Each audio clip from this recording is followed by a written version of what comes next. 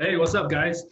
I'm coming at you today with a market report on quarter 1 of 2020. My name's Matt Sumption, and I'm with Remax Equity here in Provo, Utah. And I'm excited to share with you some data, some cold hard facts of what our market's doing. This is timely too. We have had the coronavirus right in front of our faces this last month. We just kind of been seeing it come from Asia here to the United States, and Utah has been watching this really closely. Jobs have been altered and changed. Uh, People have been having to tap into their savings.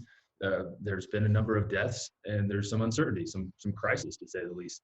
So I wanted to kind of cater this more towards the coronavirus, this time of crisis, and what the real estate market is doing, because you might be wondering how this is affecting your real estate or future real estate that you'll be owning. So before we dive in and all of that, I actually have a message that I want to share, and it's this. Attitude is everything. Mindset. And the reason why I wanted to share that is because amongst everything that's going on, we individually have a choice to make, and that is how we want to think. And I know the news is, man, they sell fear, don't they? They like to try to keep us on our toes. And when we absorb that and allow the world to help us think, it doesn't necessarily lead down a good path. And so I challenge you that each day you really give it thought about how you're maintaining a mindset that's going to help you get what you want ultimately. Because you know what, frankly, it doesn't matter what the market does. It doesn't matter what the government does. It doesn't matter about anything that you can't control. It matters what you can control, and you can control that thing in between your ears, your mind, your brain, and it's powerful. It's frankly the most powerful computer on earth, and you can get whatever you want when you tap into your mind. So let's do that, right? Let's do that. Let's remember that our minds are powerful and that we can control what we can control, but we can't control what we can't. So with that said, let's dive into this. I'm really excited to share. Oh, also, I wanted to make a quick point. This update went a little longer than we thought. So if you want to skip ahead, that's totally fine. This first section, we're going to be talking about just kind of the foundational data points. I think you'll find this really interesting. We'll look on the MLS and some other institutions that put reports out. We'll also be interviewing Brandon Bess, and he did a great interview. He's an appraiser, and he talked about what appraisers are seeing on their side.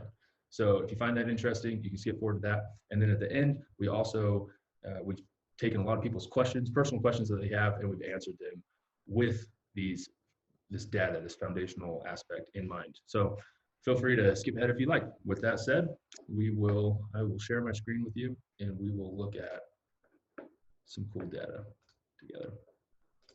All right.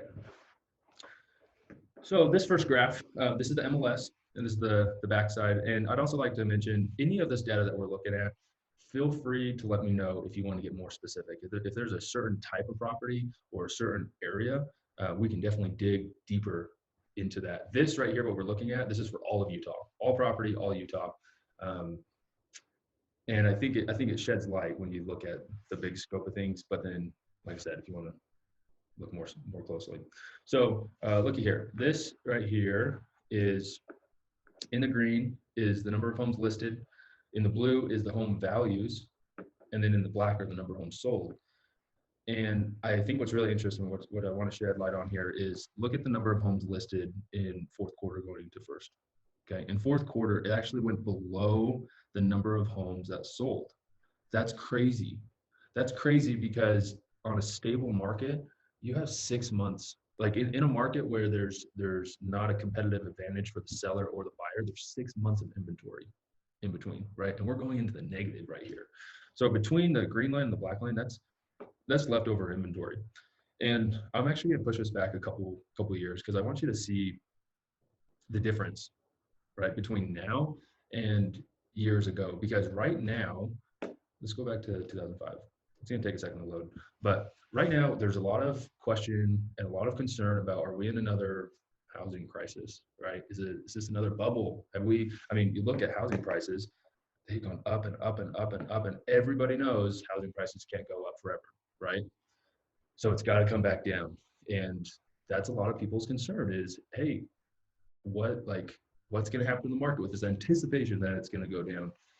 And a lot of, although I think that's very true, that it does need to come down, let's look at what the data is showing, right? Because making decisions based off of fear is not going to serve you, right? But making educated decisions based off of data is going to put you in a very strong situation. So let's look here. So look, you got the inventory, right, in between here, and it's been super tight. If we go all the way back to this housing crisis, which is, scarred us, right? We don't ever want that to happen again.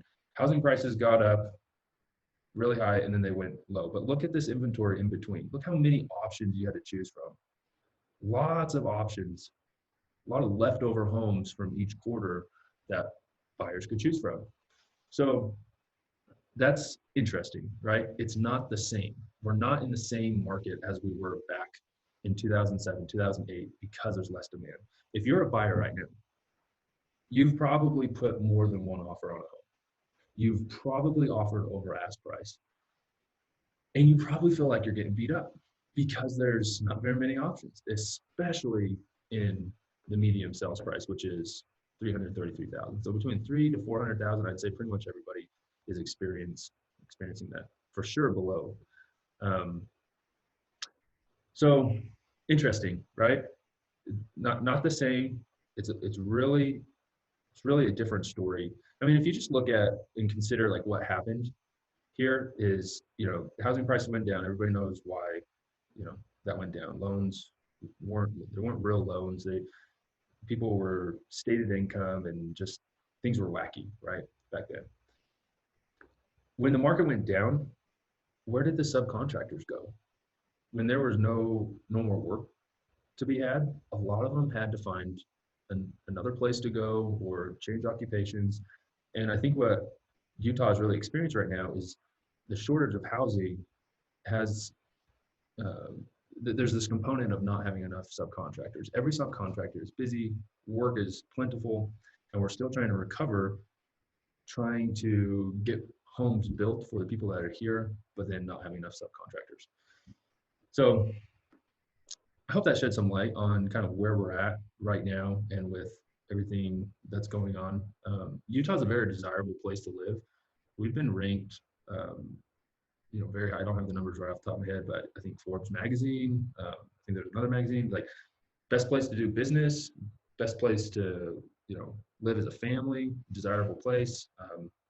I mean, if you like the snow, we have the best snow on earth. If you like the summers, our summers aren't bad. We're not too far away from a lot of the different recreational, there's a lot of reasons why people want to live here in Utah. And so it's increased our population and the technology, Silicon Slopes, that's bringing in a lot of interest. So with all of the desirable things that make Utah great, it's increasing our population, which is making our demand even more so. So my question to you that I would pose is, housing prices have gone up, but inventory is so incredibly short. So is it reasonable to think that this is going to plummet?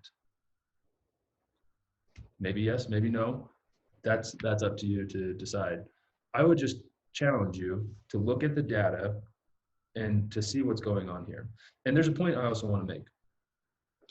If you're very concerned that the market's going to dip again, look at this price right here, 216. Is that the highest medium? Okay, let's say it's 216. If someone were to have bought at the peak of the market back in 2007, 216,000 was the medium sales price. If they would have bought and just hung on to the property, how do you think they're sitting right now? Really good, right? We're talking about from 2007 to 2020, if they would just hung on to it, 333 is now the medium sales price. So we're talking over $100,000 of equity for just hanging on to the property, right? Maybe they rented it out. Maybe they just stayed in it and kept making their payments. If you were a real buyer back in 2007 and you had a real job and you weren't over leveraging yourself and you just made the payments, you would have made $100,000 just by hanging on to the property. Isn't that cool? When you just think of it that way, it makes it less scary, right? The thing about with the coronavirus is we don't necessarily know what's going to happen because a pandemic has never hit us before, right? That's something we don't have control over. But when you start focusing on things that you do have control over, right? You have control over how hard you work, how well you do at your job, right? And if you give yourself some margin of error where you're not over leveraging yourself, you're going to be okay, because on average, real estate appreciates 4% a year. 4% a year through the ups and the downs. It's kind of the stock market, right? Stock market took a huge dive. If you just stay in the stock market, you're going to be okay, just like if you just stay in your house. Now, I know if you talk to a financial advisor or if you want to get into real estate investing, there's different pros and cons of each. But you understand what I'm saying is, if you have a long-term vision, you're going to be all right. If you're looking to flip a house right now and you're hoping to catch it right at the peak, there's some things to be concerned about. That's, there's more inherent risk with that. But interesting, right? Now, I think it would also be interesting for you to see the number of homes that sold in the month of crisis, right? So if we look at March of this year and March of last year, of number of homes sold, it'll take me a second to look it up here, and if you're interested, just shoot me a message. I'll shoot you a screenshot. It's literally, it's not too far off. Like, with how the numbers are in a month of crisis versus a normal year last year, like, it's basically the same. There's not much difference. So what does that tell you? People are still transacting, even though there's some ambiguity going on. There's demand. People want to live in homes here in Utah. Now, yeah, I think that kind of hits the point. Is people are still transacting. People still want to live. So there's a couple other things I wanted to show you. Interest rates, right? What else is affecting people's ability? Oh, that's what I was going to say. The people. So we've been in like the thick of this for about a month now, right? Coronavirus or COVID-19 has affected jobs. Well, if you look at the jobs that it's affected, right, people that are really hands-on, face-to-face, employers have asked people to work from home for the most part, because Utah, we're not on full isolation, right? It's more suggested now, but most companies that can are having employees work from home. I would say that the majority of the people that have just outright lost their job, they have no more work because they can't, are not the people that were necessarily buying homes, the qualified buyers, right? These are people that can't work from home because their job is very manual labor. There's probably a few exceptions in there, but I just say, as like a general speaking, to date, that's a theory that seems to be true, that most people are able to work from home. They are able to keep revenues up. It's not as good, but they're still able to keep business alive. Now, if this goes on, it's going to affect everybody, but for a short time period, it's taking the people out of jobs, but they weren't really home buyers. They were more renters, right? Lower income for the most part. I think investors are seeing the biggest hit, whether they're invested in student housing because all the students are gone, they're not in college anymore, or people that had those manual labor jobs. So it's not really affecting the transactions that we're seeing right now. People are still buying. So keep that in mind too. This right here, we're looking at interest rates. I really like this website because it shows historic interest rates. We're looking, before 1975, where were interest rates. And this is amazing because if we scroll in here, let's just look super close at interest rates here. Look how low this got, 3.29. Keep in mind, these aren't like, in order to get like a real interest rate, you need to talk with a loan officer and they need to run your credit, get you identify like a certain loan product. But this is just kind of taking like a general gist of the daily snapshot. My wife and I are actually buying, we locked in at this time, around this time, 3.25. I actually heard that I know one of my clients got a 3%, and I heard somebody getting a 2.75, 30-year notes, by the way. Like this is like all-time low, 2.75. That is crazy. That is crazy, crazy low. Like that is basically as free money as you can get. That is going to encourage transactions, right? That helps buyers to continue on with their decision to purchase when interest rates are that low. One of the big reasons why the government wanted to subsidize, right? Try to keep the economy alive by keeping interest rates low, so we keep transacting. So when you look at the low interest rates, it makes it harder to makes it harder to sit on the sidelines, right? And just take advantage of this. My thought is, not knowing how bad the coronavirus is going to be, my thought is we will take a dip a little bit, or at least plateau. But frankly, like, it won't be enough of a dip for it to really make sense to sit on the sidelines. What do I mean by that? I mean, Warren Buffett, I believe it was Warren Buffett, he said, be greedy when other people are fearful. I think there's a lot of people that are fearful right now. Like, they can't see the light at the end of the tunnel yet.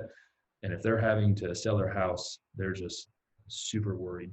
And so for those people that want to take advantage, I think there are going to be some awesome deals, right? I think the market is finally taking a breath where, like, it's becoming a little bit more even playing ground.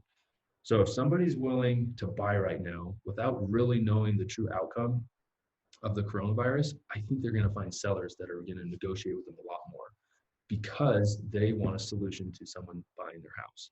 I don't think it's going to be a super deep discount, but I think they're going to be more negotiable. And because of the demand, I just can't see the values going down too much because there's too many buyers in the market. It's not wiping out everybody. So I see this just kind of not going up as quickly, but just kind of leveling off for a second until we're able to recover from the coronavirus. So if nothing else, I think it's a great time for buyers to enter into the market with low interest rates and scared sellers. I mean, that's lining up to be a good thing. Now, if you're looking to list your home and sell it, I think there's some talking points to what price range you're in and how you position yourself in the market. So if you have questions on that, let's talk, because that's definitely something to consider. With inventory so low, it would be interesting to look at what price range you're at and where your home is to see how much that's going to affect you. Maybe it makes sense for waiting a little bit to get more value. But like I said, all depends on your situation. Happy to talk through that with you. So those are interest rates, super low. Another thing that I wanted to look at here with you was this Ivory Boyer Real Estate Center makes some really great content. You got to check them out if you haven't. But this construction report, I thought this was really interesting. Let me zoom in on this. Okay, check this out. Building permits. Okay, these are total building permits per year since 2000.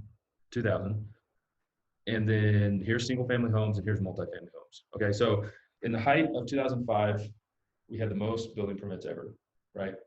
And then when the market tanked, boom, went down. Look what multifamily, and this is including condos, townhomes, duplexes, apartments. Look what multifamily has done. Surpassed up here in 2014, and then it's really surpassed single family homes in 2019. Why are multifamily properties surpassing single family?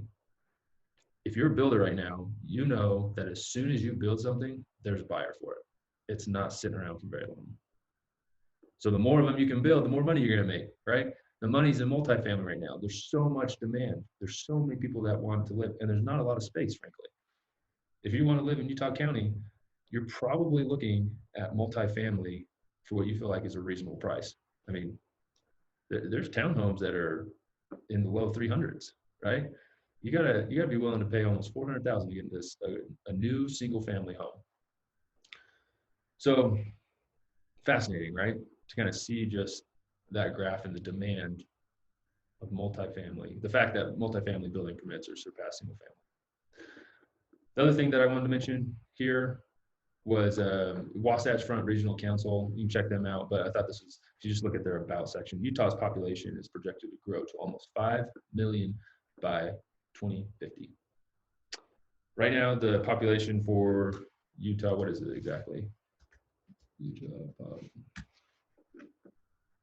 3.1 mil, okay? So almost double the people, we're almost gonna double in population.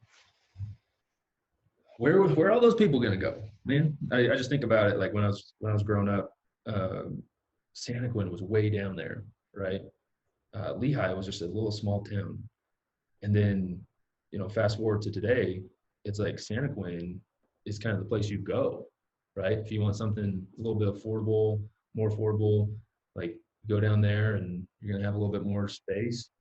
Like, that's crazy to think that we're gonna double like what's Nephi going to be by 2050? Like there's a lot of growth anticipated and a lot going for our state. So I hope this data has kind of laid a foundation for your minds in this time of crisis. What's going to happen? Don't don't make decisions based off of fear. Okay, look at the data and then control what you can control, and I think you'll be a lot better off.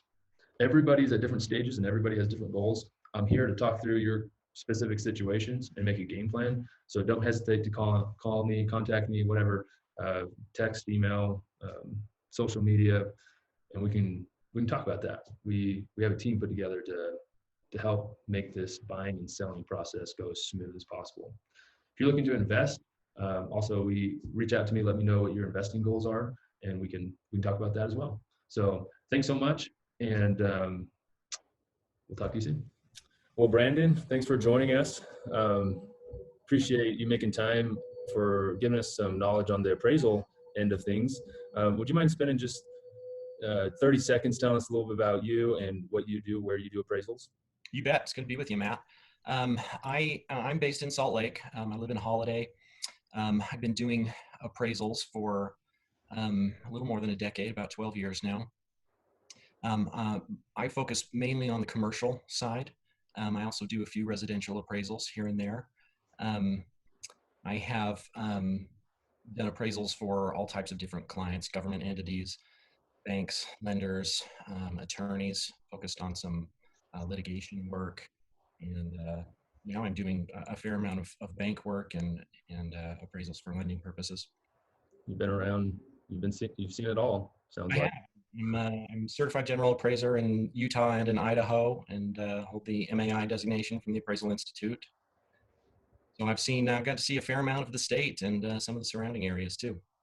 Well, with you being in appraisals for this long, talk to us about what has changed or what has not changed as you've been an appraiser. Like what are some of the restrictions that you've been given or things that people should know about on your side? Yeah, I would say the fundamentals of appraising have not changed significantly over the last decade since I've been in the industry. A lot of the regulations are always a moving target. One of the big changes in the industry happened just last fall. There was an increase in the appraisal threshold, meaning that lenders are no longer required to have an appraisal. The threshold used to be $250,000, and now it's moved up to $400,000. That doesn't apply to government-sponsored loans, so your FHA and VA and HUD loans still require an appraisal, but that certainly impacted the industry. Wow, so 400,000, you don't have to have an appraiser for certain transactions. That's right, up to 400,000. And is that because there's just too much demand to really give too much attention to those lower price ranges? What's the reasoning behind that? I think the reason behind that is just transitioning market. You've had increasing home prices nationally for since 2008. Yeah. With significant increases happening since 2013 in the Utah market, and it's a way to provide some relief and sort of streamline the lending process a little bit. Okay, that's interesting. Anything else that you've noticed that has changed or hasn't changed? As far as the way appraisers approach valuing a property, I think that when the market collapsed in 2008 and 2009, there were some changes that were made.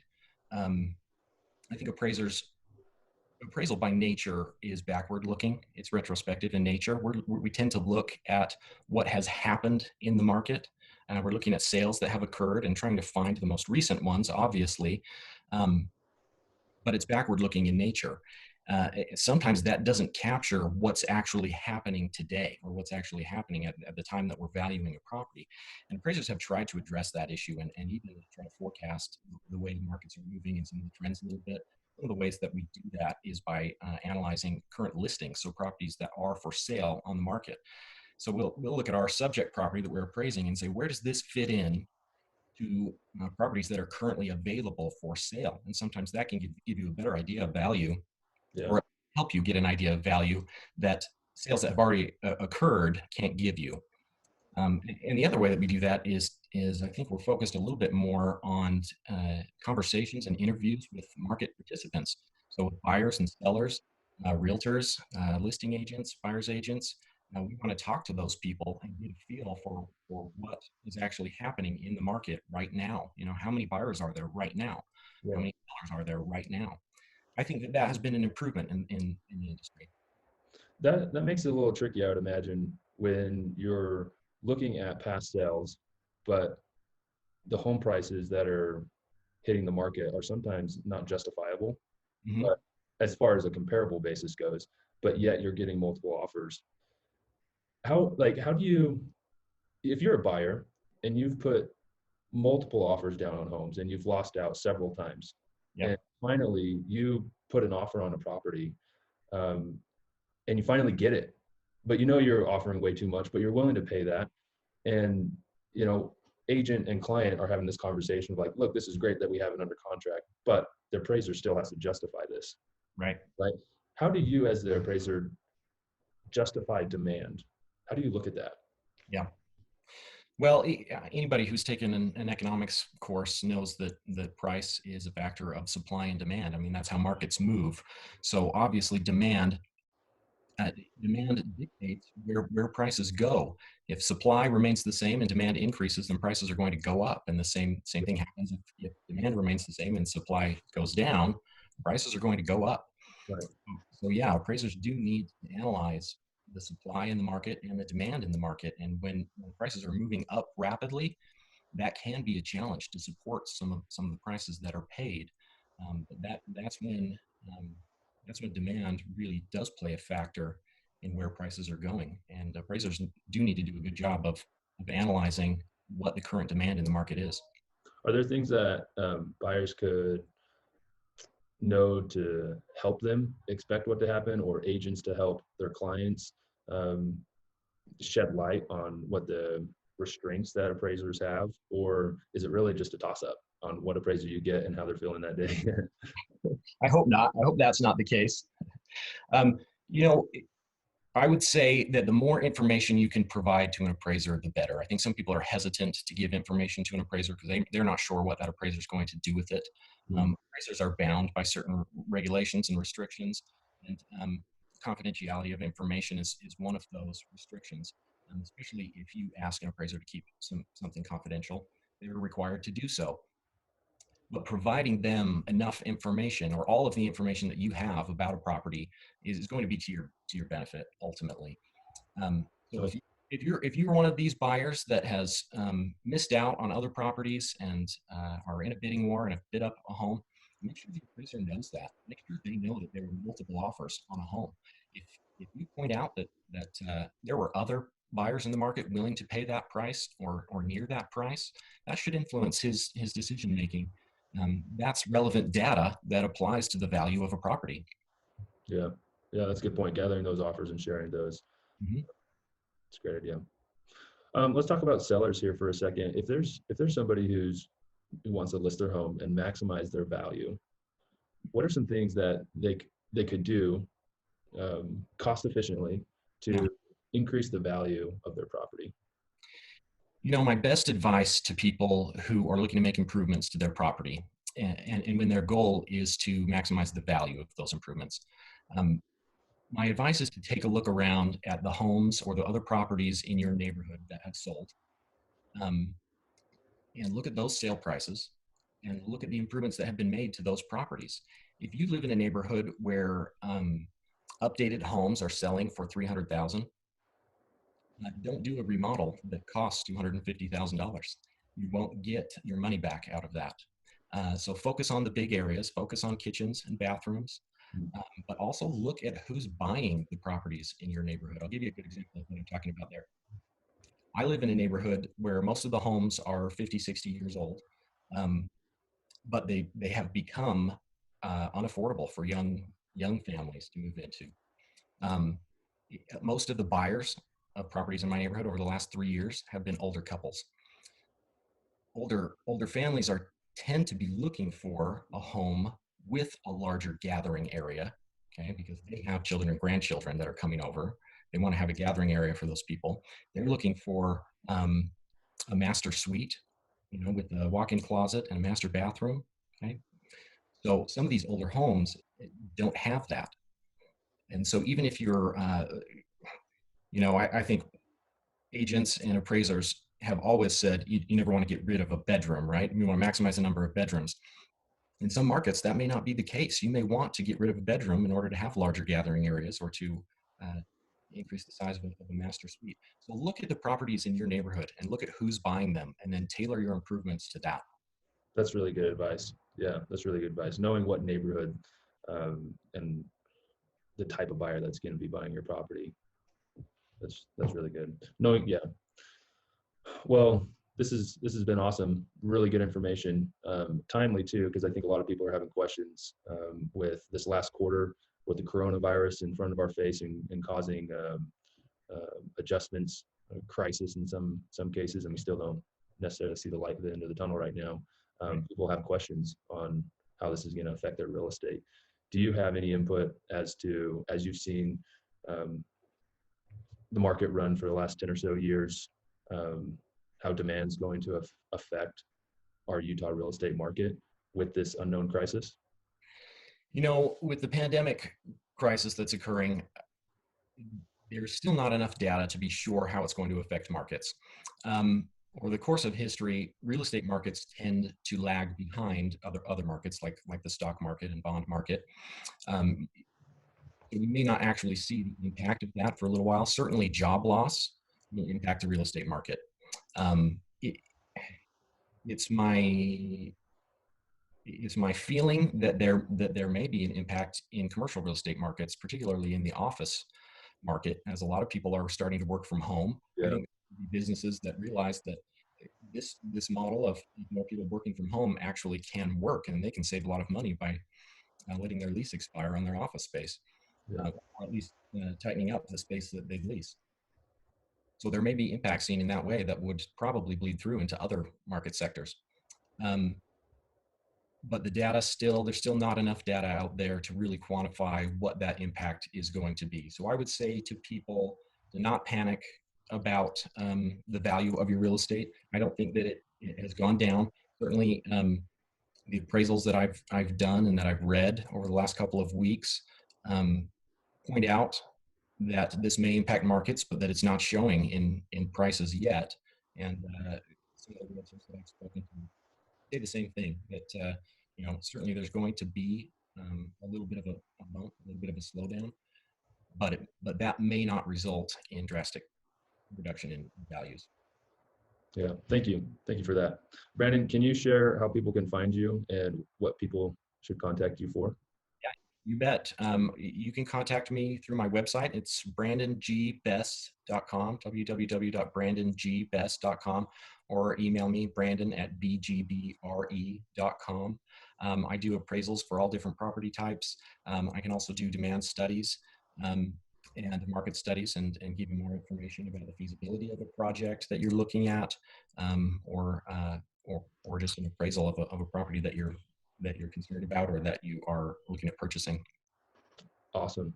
Well, thank you so much for your time, and best of luck with everything on your side. Thanks, Matt. I appreciate it. All right, we got some great questions. Thank you for everybody that sent in your questions. We're going to go over these. And I remind you, if you haven't watched the beginning of this market update, it's going to set a great foundation for how we answer these questions and we go about this. So make sure to watch the beginning of this Q1 market update if you haven't already. Okay, so the first question is Dwayne. He's wondering, are homes going to correct? Are home prices inflated? How much more can prices go up? Great question, Dwayne. Home prices, I'd say, to answer your first question, are they going to correct? I think there will be a correction. However, when we look at that first graph, I think it's going to be a lot different than 2007, 2008, when housing prices went, right? They went down. Our demand that we talked about is a lot different. We're in a lot different scenario. So if anything, I think there's opportunity for people that are sitting on the sidelines that's going to be coming up because people are scared. And when people are scared, there's opportunity, right? This idea of be greedy when other people are fearful, go the direction that everybody's running away from, and there's going to be deals, right? That's how you make deals. You don't get deals when you go the same direction everybody else is headed, right? You got to stick to your guns. You got to know what's true. Are home prices inflated? I think that's a really good question. I think it comes from what we know here in Utah, right? What we know in Utah is that we've never seen a median sales price of 333,000, right? That seems really, really high to us. But the demand, that's what the demand is showing, is that homes can sell for that price, and people do have jobs that allow them to afford that. So as long as jobs are going great and people can afford homes, and there's not the stated income loans like it was back in the day, homes are not inflated. Homes are actually right where they should be. Now, this will adjust as income doesn't adjust, right? If there's something unforeseen like the coronavirus that affects jobs, then housing prices will need to come down, and something will have to be said for demand, right? The amount of people that want to buy homes. Great question. And then lastly, how much more can home prices go up? I think that goes back to, what we know here in Utah. Homes sell on average for $1 million in California and other places around the United States. If we double in population, I'm sure there's going to be places where in 2050, if we double in population in 2050, I'm sure there's going to be places where real estate sells for $1 million plus on average. Seems crazy, but that's what real estate appreciates 4% a year. And there's other places that have done it. So it's not unheard of to think that could happen to us. Heather, your question might not be a good time building with this market. What's the recovery time? How long will it take to come out of this? When is renting a smarter choice? So wondering how long this will take to come out. No one sees the light at the end of the tunnel right now with all of this. So we don't know, right? We can believe that it's going to be okay. And so that makes you wonder, like, building, how is building going to be affected? If you talk to a builder right now, and if you were talking about the history of how things have gone since the downturn, right? Because that seems like where a lot of us are kind of looking back and wondering if that same thing's going to happen back in 2007, 2008. What happened then? Construction costs have gone up, but interest rates have stayed really low. And so what I think it would be interesting if you ask a builder is how interest rates affect building costs, because building costs are just kind of the way they are, right? They're going to change, but in a lot of instances, they're not really like negotiable, right? They kind of are what they are. And it's kind of how interest rates are. They're not really negotiable, just kind of how they are. And depending on where interest rates are, that will make a big difference in the building costs, right? 1 point swing not only affects your long-term financing, but it also affects your construction financing. And interest rates are so good right now. And so to think that the market, to answer your question, to not build right now means that the demand of the market, we need to believe that the demand of the market is going to go down. Interest rates are going to stay low, and builders essentially will run out of work, right? Because then that makes it more sense for you to then build, because then you get a better deal. I personally don't see that coming. If you look at the beginning of this video and the data that we were reviewing, that just doesn't seem possible, right? Now, with all this, with everything that we're saying, everybody's situations can be different. Do you need to move right now? Do you have a home that you need to build now to situate your family? Or is this your dream home that can wait a couple of years, right? Like, let's talk about that and figure out what makes the most sense, because, maybe if you're an investor, maybe it does wait. Maybe it doesn't make sense for you to wait until, second or third quarter to purchase, right? To kind of see how the market moves up and down. But my honest opinion is, once we can see the light at the end of the tunnel, right? Once we can see how this is going to shape out, the deals go away, right? It's in the ambiguity, it's in the darkness where you're able to really get a good deal, which means you don't know if you're getting a good deal, right? You're just doing it to move forward with your life. At the end of the day, if this is your primary residence and you're going to live there and you have a long-term plan to stay in it, you're going to win, right? You're going to win. Your real estate's going to appreciate on average 4% a year, and you're going to be just fine. So I think those are some really good questions. We can't necessarily, I have an opinion, you have an opinion, but I think the best thing is to hold hold true to your guns, and let's talk more. If you have a situation that we need to whittle down, let's definitely do it. Alex has a question: will there be a downturn in housing prices? If so, how much? If we do see a downturn but don't have enough saved for a down payment yet, would it make sense to buy an investment property, take advantage of the low market? Actually, I want to answer your second question first. Yes, absolutely. An investment property makes a ton of sense. An investment property is so, I mean, I love this question because it means that you want to make the wisest decision with your money. You want to leverage yourself in a way where you can set yourself up for the future. Sounds like you want to have some investment properties, a portfolio of investment properties. One thing that's really awesome is you can get an FHA loan, which allows you to put minimum down 3.5% down on a property when you live in it. So you can either go get a single family home or a duplex or something with a second kitchen with some additional rental income. You can put minimal down and have that reoccurring revenue each month, someone helping you pay your mortgage. When the market gets a little bit more relaxed and there's more transactions, there might even be deals where you can buy where you don't have to pay any mortgage. We're not quite there yet. We're still pretty strong. So if the market does shift, that will be an opportunity that I think we'll start seeing again, where we could basically have renters pay for your entire mortgage. So if you don't have enough saved, there's also loans that I actually had some clients close just a couple months ago. They literally brought $700 to closing. They bought a house down in Payson, and they got 100% financing, and they brought $700. It was a really nice house, single family home. Alex, maybe we find you a home that has an accessory apartment, and you rent that out for $1,200-1,300 a month, and your mortgage is say somewhere around $2,000, so you're paying $800 a month. That's pretty tough to beat if you're paying rent. $800 a month doesn't get you too much as far as an apartment, but you could be in a big house, rent your basement out, and be paying about the same, and have little to no down payment. Something you could consider. Very, very awesome question. And your other question was, will there be a downturn in housing prices? If so, how much?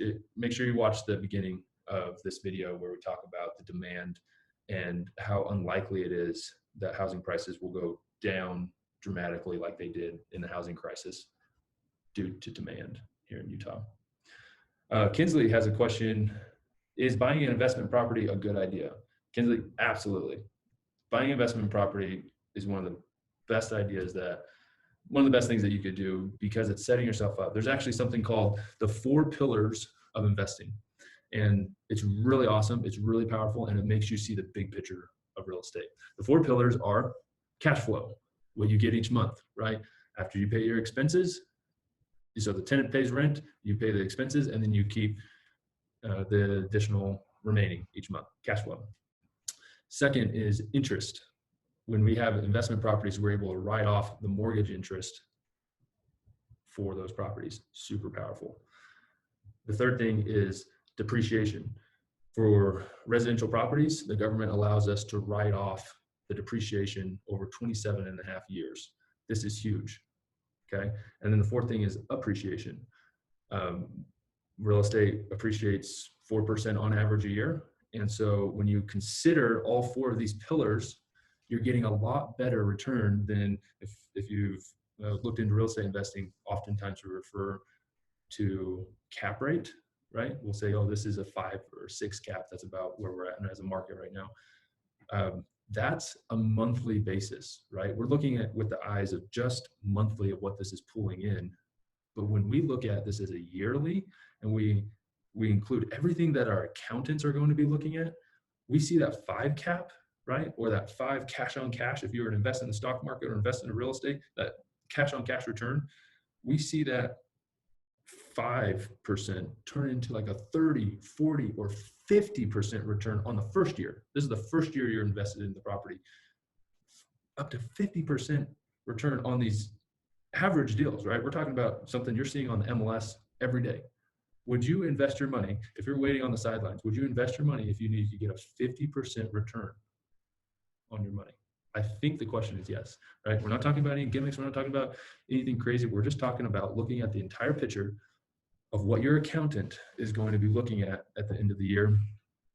And that's the 4 pillars of investing. And it's very important to understand that so you know why you're sitting on the sidelines or why you're invested, right? Because 5% cap rate doesn't sound too sexy, does it? So anyways, if you have a particular property that you want to go through and look at, shoot it over to me. Let's sit down. Let's do the 4 pillars of investing together so you can see the returns. You can see how the numbers are being put together to equal such a great ROI. Happy to do that with you. So great questions, guys. Thanks so much.